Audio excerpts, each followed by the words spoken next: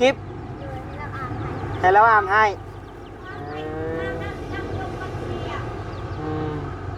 เอาออกเลยน้ำท่วมปักเสียบอุ้ยดีๆข่อยย่างเมื่อกี้นี่บ่ช็อตข่อยเนาะดึงขึ้นก่อนเด้อบังช็อตเด้อไม่ต้องมาแล้วเลยไม่ต้องหามออกนี่จะไปคุณถึงเรียกคุณจกเอาละถอดคุณลบจับถึงเรียกคุณการไปแม่นี่บอกปักเสียบนะแม่ปักเสียบอยู่นี่แล้วนี่จะผ้าย้ายสายฟ้าออกมาแม่มันช็อตนะดึงรถเซ็ตมากองดโอเคโอ้ยลองเลยนี่ปลั๊กไฟเนาะโอ้ตัวจุ่มน้ำคักนี้นี่จุ่มน้ำเลยโอ้เผาแล้วโอ้นี่เนาะหอดขั้นตอนก่อเลยเด้อพี่น้องเด้อเนาะก่อตั้งวงกบเป็นที่เรียบร้อยพี่น้องเลยเนาะตั้งวงกบสายพ้นเลยพี่น้องเลยเนาะเกิดเหตุการณ์ไฟช็อตนิดนึงพี่น้องเอ้ยกินนี่เนาะเกิด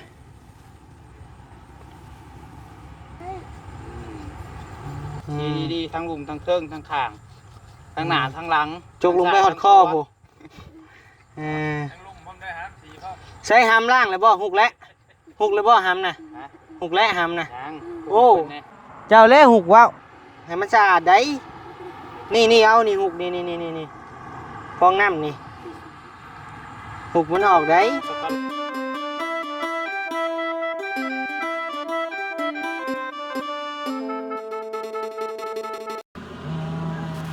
โตพี่น้องเนาะเปิดคลิปเปิดภาพมาบาดนี้พี่น้องเลยเนาะนำคลองไหลหลากพี่น้องเลยเนาะโอ้ยพี่น้องเลยเนาะน้ำท่วมหมดคลองพี่น้องเลยเนาะทางน้องๆเพิ่นกาเฮ็ดเวียกเฮ็ดหยังแล้วมันพากันมาลิ้นน้ำคลองบาดนี้พี่น้องเลยเนาะสบายดีเด้อมาทุกคนเด้อนกมือขึ้นครับโดย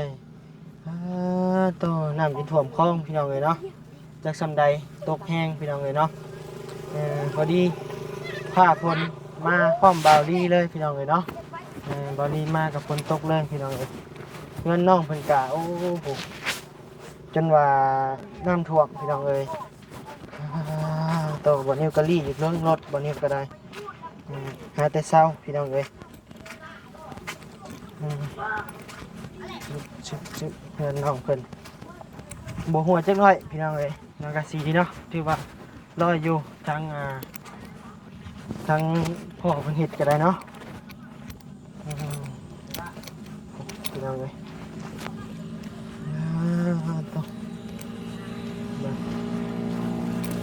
พี่น้องเป็นบรรยากาศโดยรอบเนาะของเฮือนของซานน้องสายฟ้าเด้อพี่น้องเด้อเนาะพอดีมากับทางน้องๆเพิ่นก็ช่วยกันเฮ็ดเวียกพี่น้องเลยทางบาลีสวัสดีเด้อไอ้โดยสวัสดีใส่มาพร้อมใช้ฝนบ่โดยยิ้วเข่าเลยนี่ยิ้วเข่าอีกแล้วโดยอดถ่ากินมีอาหารดีบ่มีอยู่แมลงเนาะแม่โอเคแมลงจะอดกินแมลงกันแล้วอดเด้อโดยพอได้จอยลงจากขีด2ขีดเป่งครับเดี๋ยวไปเบิ่งน้องๆก่อนเจ้าพอแล้วกันแล้วสิพอต่ออาบน้ำใช่น่ะมีน้ำก๊อกเป็นยังคือสิอาบน้ำเปลี่ยนเสื้อได้ครับเด้อบ่เฮ็ดเวียกแล้วก่อนจะอาบเราไม่ใช่คลิปเสื้อตัวเก่าอยู่ฮะ10คลิปแหละเพราะว่าบริษัทใต้มาเปลี่ยนเสื้อตัวใหม่ซะให้เราไม่ใช่ถ้าเราไม่ใช่คลิปด้วยเราอาบถ้าเบาพันไซอัดคลิปให้เราอาบให้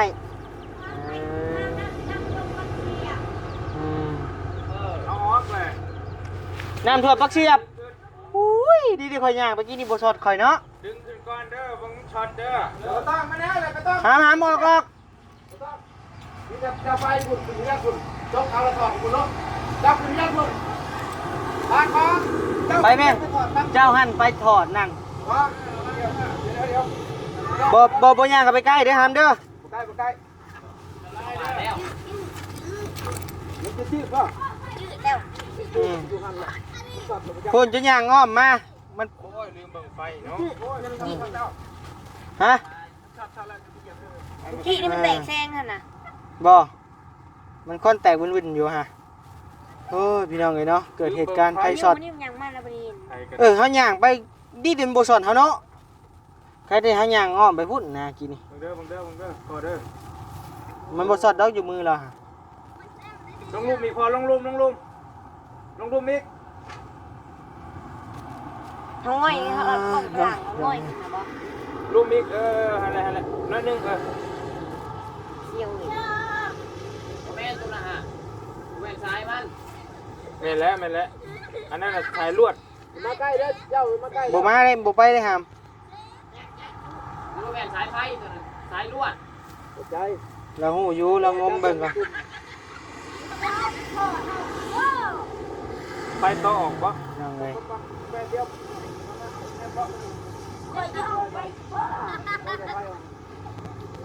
เกิดเหตุการณ์พี่น้องเอ้ยเนาะ อันนี้บ่ปักเสียบนะ แม่นปักเสียบอยู่นี่แหละนี่ จะพายย้าย สายฟ้าออกมาแม่มันสดนะเซ็ตมากองดองเด้อเจ้า ไปดูได้เห็นบ่ไฟสดเขาเห็นจำอยู่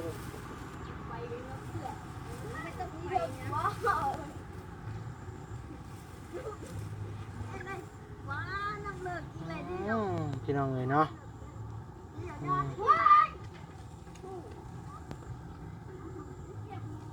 ไปเลยได้ละ ถอดเลย ดึงได้พ่อ ดึงรถ แห้งแล้วพ่อ โอเคโอ้ยพี่น้องเอ้ยนี่ปลั๊กไฟเนาะโอ้ตัวจุ่มน้ำครับนี่นี่ จุ่มน้ำเลย โอ้ เผาแล้ว โอ้โห บอกว่าเสียงร โอ้ ถ เห็นว่ากันเล โอ้ ย ยพี่น้องเอ้ยนี่เกิดเหตุการณ์ไฟช็อตพี่น้องเอ้ยเนาะ เอ้ยบึงไฟเฮาก็ได้ จนลืม แล้ว ควันแตกวุ่นๆอยู่โอ้ยโห แม่นมันมัดไปจ้ะ มันบ่มัดปลามันแห้งใส่ได้คือเก่า มันยังมันมัด อืม ว่าให้เข้าใจ มันสอด มัดคือยังมัด มันมาบ่ มัดน้ำมาบ่เอง เออตากไว้จนมันแห้งบ่ได้จังใส่ มานี่ทาไฟมันเข้าขึ้น อ่าพี่น้องเอ้ยใจหายใจวายอ่า เอาไปอย่าไปเล่นมัน อืม โอ้ย ในปลามันแห้งจะเสียบ เองเลยก็จนลืมเบิ่งมันปัด อืม เองดีเลย อืม ตัวร้อนประท้วงสิ น่อย ไม่เลยกับปิกกระป๋องให้ มาแล้วมาอีกแล้วลินมาอีกแล้วพี่น้องเอ้ยเนาะอืม ยังมันคาบ่ถอยรถมาพี่บ่ แม่ยันจอดอยู่นั่นหรือยันมันฆ่าวะจะเลยว่าถอยมาบอลมันแข็งๆก่อนวะ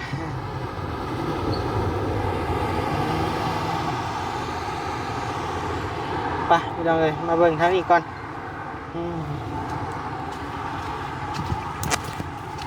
เอ้ยบรีจะเห็นบ่โตะใหม่นี่ขากเลยเนาะนางกินข้าวมื้อแรง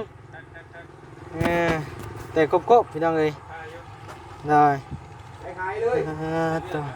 วสบายดีเด้อบ่าวพัชชัยโตมามื้อนี้คือฝนตกคักแท้เจ้านี่ งอแบบเมื่ออยู่อีก อืม เงินบ่คาดดิ บ่ค่าดอกรถเท่านะ เตียงตัวใหญ่ป้าจะต้ม เกียงบ่โอ้ยช่างคือมีแต่หาเครื่องมือแท้อืม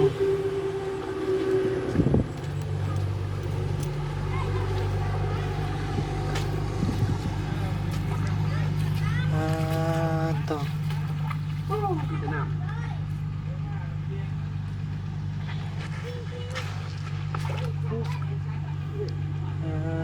ต่อพี่น้องเลยเนาะ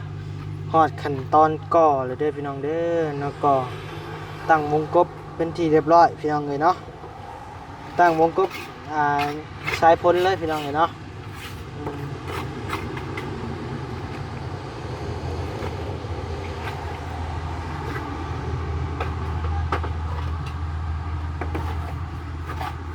เคเลยพี่น้องเลยเนาะพอดีเลยเนาะฝนตกมากก็มานี่ให้เลยวะพอดีคักเลย ตกนี่ทำตกปูนนี่วันก่อนนี่แหละเดือนก็ปล่อยมาลุกน้ำ นอน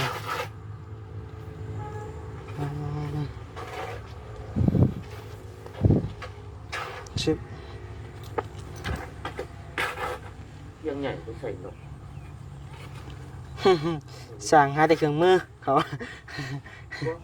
ถือตัวนี้มาสต๊อกไว้ยันตัวนั้นมันเขาได้ซอยกันหรอ มาไว้เป็นตัวนั้นเสียไปมันปงไว้บริเวณนี้ เกิดเหตุการณ์ไฟช็อตนิดนึงพี่น้องเอ้ยกินนี่เนาะเกิด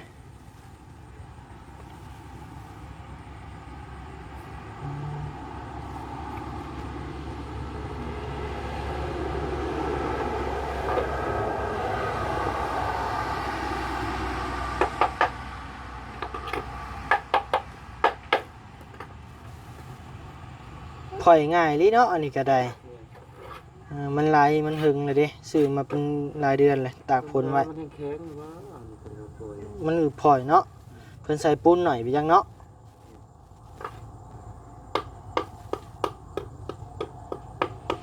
เอาว่าเขาใส่ปุ้นหน่อยพวกเดี๋ยวนี้คือของสมัยตะกี้โอ้เรียกว่าวเลยอยู่ทางเงินใต้ฮะ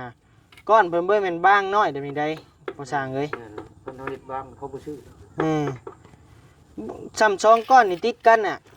ความหนาบักนักๆหนึ่งตันอีกประเด็นน่ะ โอ้โห อยู่ใต้ฮะ ครับ แม่นเพราะว่าวันนี้ไปเห็นเฮือนน้องบองเรียกว่าซาบองเนาะพี่น้องเนาะโอ้อันใหญ่ดิว่ะนักพร้อมหน้าพร้อมบ่มีโป่งเดี๋ยวมีได้เป็นคือแบบก้อนมาขีนนี่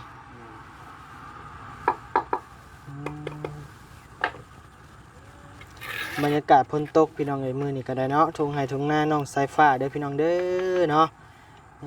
เกี่ยวข้าวเกี่ยวน้ำผู้ทางนั้นก็ได้ป้าโตพี่น้องเลยบรรยากาศโดยรอบเนาะบ้านน้องสายฟ้าพี่น้องเลยห้องน้ำห้องในนี่พี่น้องเลย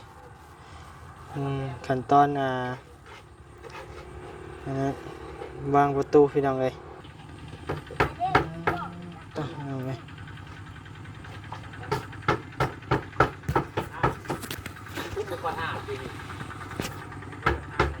มือแรงงามใหม่เด้อมาเฮ็ดเวียงใหม่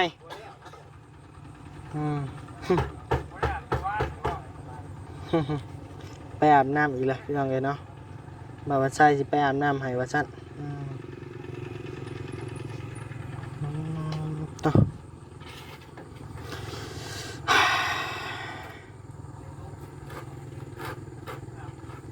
พอสร้างมันก็เฮ็ดผู้เดียวเลยพี่น้องเลยเนาะใครแต่มีทางน้องบุญทวีกับหมู่ๆเพิ่นมาซอยมื้อนี้ซอยหอนทรายก้อยปูนโอ้หลายอย่างอยู่ทางน้องๆเพิ่นซอยก็ได้เนาะเดี๋ยวแล้วจะลุกเครื่องมานอนที่ด้วย เนาะหมู่เพิ่นบ่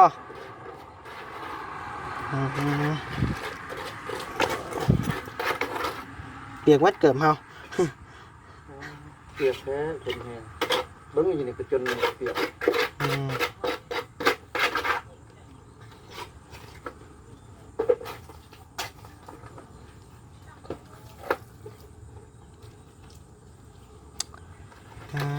ก็ดังเลย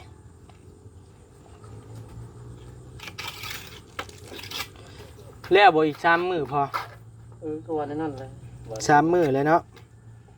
คันเฮาได้เฮ็ดก็บ่โดนบ่ เนาะเจียงใหญ่ว่าบ่เห็นเนาะอันนี้น้อยแท้อันนี้ยังของอนามัยน่าสงสัยเก็บเป็นบ่อน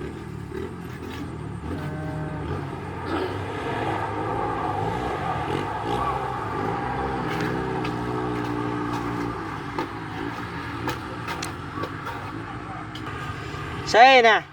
ใส่แล้วบ่น่ะโอ้ยยังเลยอาบน้ำอีกแล้วกลางสายฝนแล้วบ่น่ะลืม3 มื้อแล้วก็ยัก3 มื้อ 3 มื้อ มีคนอาบมาอีก ติดใจเลยยังว่าอยู่มือว่านนี่อยู่ตุ้ม หกหำให้หน่อยเด้อหกให้แน่ล้างก้นน้ำเนาะมันหลดคักแท้ๆอันนี้อุ้ยพี่น้องเอ้ย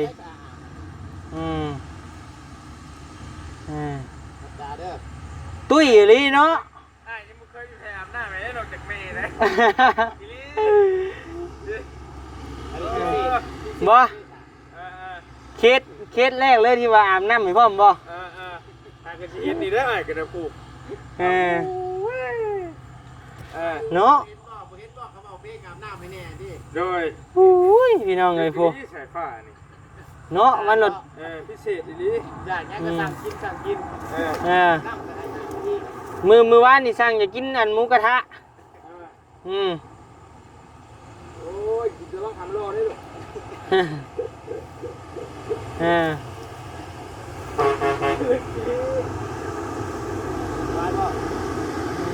เฮ้ยก้นก็สิออกเลยฮะ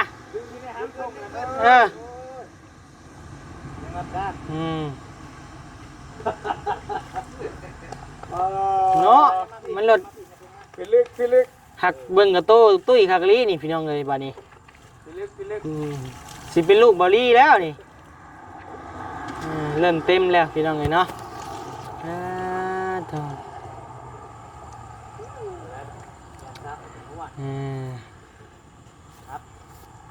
จุกออกในนี่กู ได้ยินบ่มื้ออื่นสิพาตัดผมใหม่เด้อ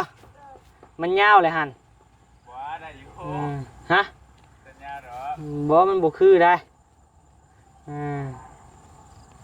เสียไปเห็ดเป็นหัวงอนคือเก่าน วดไหนพ่อเป็นลูกพี่ ลูกพี่ใช้ผ้าบ่บอสพี่น้องเอ้ย ครับแล้ว เดี๋ยวให้ทั้งช่องไอ้น้องเพิ่นอาบน้ำก่อนนะพี่น้องเนาะวนเวียนมาหาผู้สร้างก่อนจักเล็กจักน้อยพี่น้องเอ้ยต่อเอานี่ออกไปเลยกับเพียงเลยพี่น้องเอ้ยเนาะเงินเพิ่นคือว่าสะอาดสะอ้านแน่น้อยนึงเนาะต่อนี่ก็ของแม่เพิ่นซื้อให้จึ๊บฟองน้ำล้างถ้วยพี่น้องเอ้ยเนาะเก็บไว้ก่อนเอาออกเลยกับแป้นเลยพี่น้องเลยเนาะอันนี้พากันเอามาขังยังไงนี่ก็สร้างบอกขันดังไฟพี่ยักษ์เนาะพี่น้องเลย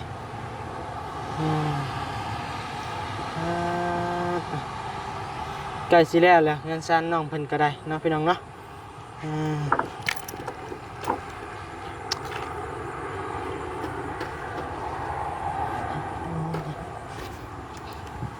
ใช้เข่ายังมาเกิดอยู่นี่เนาะอันนี้หมูซุกเมื่อไรโตยังบุซุกอยู่นี่ โอ้มันลายเสื้อแล้วงัวควายกัดกระปงไม้บอก ปรุงใหม่บ่ กระปงไม้ก็เริ่มเข้ามาโอ้กระปงมวนกระชิบ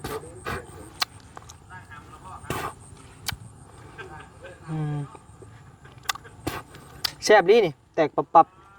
หัวเก็ดโอ้หักได้แต่ยังน้อยมักจะได้ของ ขั่วบ่ ตับเก็ด ขั่วเลยมันแข็งบ่พอ มันนุ่มดีมันอ่อน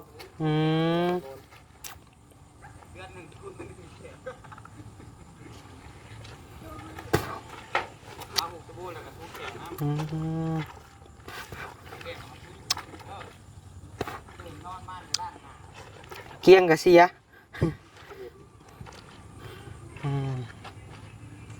ยังน้อยเห็ดมุน ต่อเส้นทั้งล่างนี่พ่อนั่นแหละบ่พ่อโป้เลยบ่ น้อยแล้วเจ้าชิโป้ ฮะ ว้าคิดว่าเจ้าชิโป้เมื่อวาน โอ้บ่แล้วบ่ได้โป้เลยยังหาโล เกียงบ่โอ้เสือน้องใส่ผ้าพี่น้องเอ้ยเฮียแหละเพิ่นมาตากไว้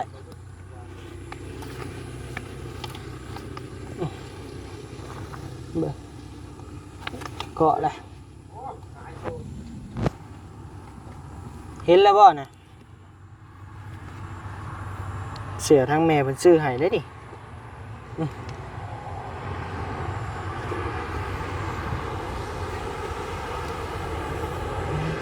ต่อ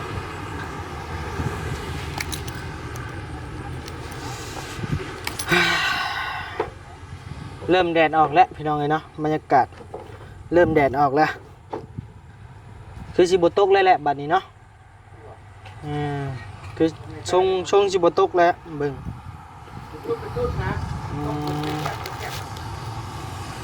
โดย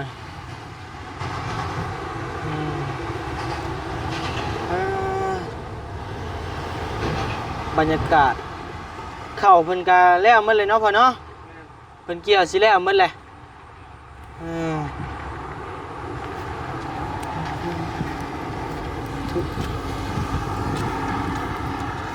ใช่แล้วเหรอบ่นี่